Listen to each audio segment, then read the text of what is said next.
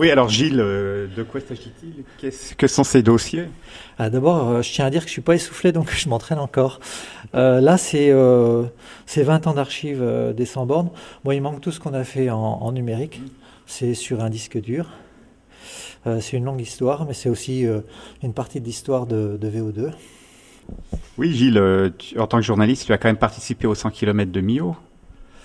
Moi, oui, bien sûr, hein, j'ai toujours aimé les épreuves d'endurance et j'ai à peu près couru tout ce qui se faisait de long en ski, en courant, etc. Et bien sûr, les 100 km de Millau. Donc 2 fois, en 91 et 92.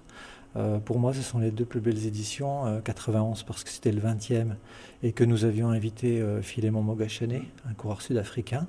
Et puis 92 parce que c'est l'année de la tempête et que cette édition apocalyptique reste gravée dans le souvenir de ceux qui ont réussi à finir cette édition bénie des dieux. Et en tant que journaliste, quel est ton meilleur souvenir? Meilleur souvenir, peut-être la première fois que je suis venu à Millau, c'était l'année où Gennari gagne. Je l'ai vu passer à Saint-Georges de Luzançon. Je me souviens, c'était pas la même apocalypse que 92, mais il y avait des voitures absolument partout. Et je me souviens très bien de l'avoir vu passer en se frayant un chemin dans les voitures. Bien sûr, l'année 91, parce que c'est une année exceptionnelle avec 3600 coureurs. Et puis 92, parce que il y a la tempête, et sans oublier le record de Jean-Marc Belloc, qui était un ami, qui restait un ami. Et 6h28 sur un tel parcours, c'était une belle histoire à raconter. D'accord. Oui, Odile, tu as participé aux 100 km de Millau en quelle année?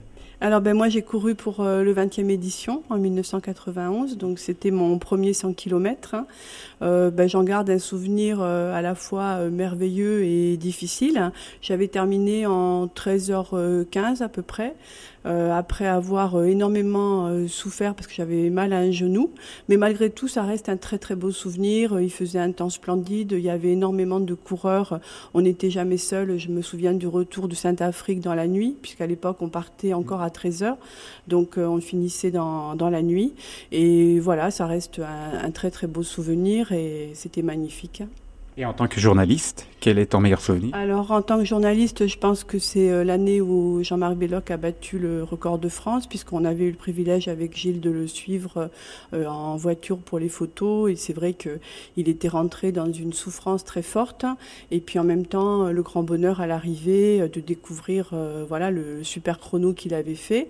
Moi, j'étais aussi contente puisque la veille, il avait mangé à la maison. Donc, on lui avait fait un bon petit menu. Et voilà, il m'a toujours dit que c'était ce petit menu qui lui avait permis de battre le record. Donc voilà, c'est resté un ami au fil des années. Donc ça reste un beau souvenir aussi.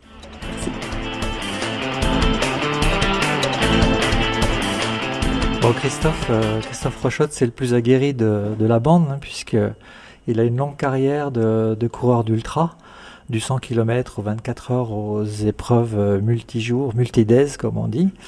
Et je crois qu'il a couru 5 fois à Millau, il va nous en dire plus.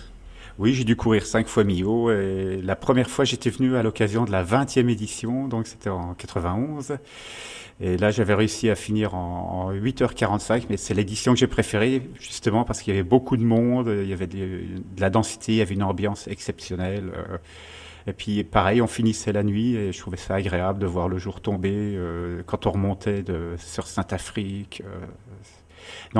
Meilleur souvenir, ouais, voilà. Est-ce que tu as serré la main de Lionel Jospin? Non, je l'ai vu de loin, mais je n'avais pas ressenti le besoin de lui serrer la main, parce que j'aime pas trop mélanger sport et politique.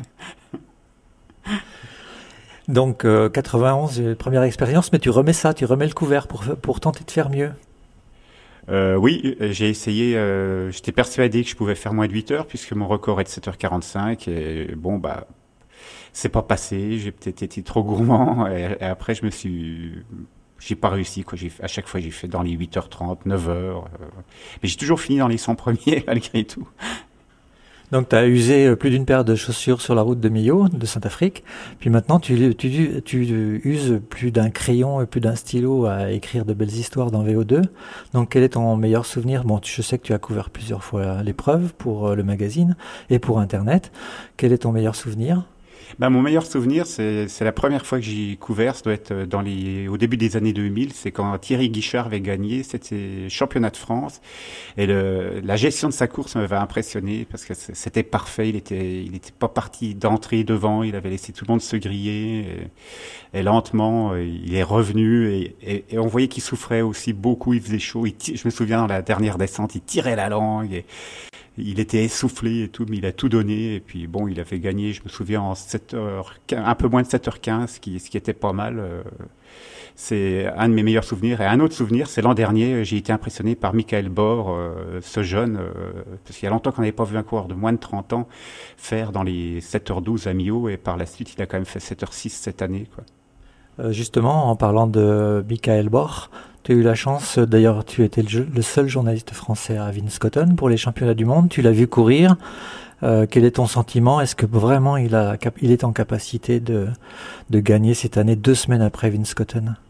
Ben on verra, je veux dire, ça peut être compliqué, 15 jours après, peut-être a-t-il récupéré, peut-être n'a-t-il pas récupéré, parce que c'est quand même un effort difficile, et il a quand même beaucoup donné à Winschoten. Maintenant, par un phénomène de surcompensation, ça peut peut-être passer, mais après, il va peut-être c'est là, après, c'est beaucoup plus tard qu'il risque de payer, quoi. Mais c'est pour ça, limite, vaut mieux qu'il n'aille pas au bout s'il se sent pas bien, quoi. Donc toute l'équipe va être sur le front ce week-end. On va essayer de vous faire vivre cette aventure au mieux. On va essayer de faire un suivi direct sur le site internet et via Facebook.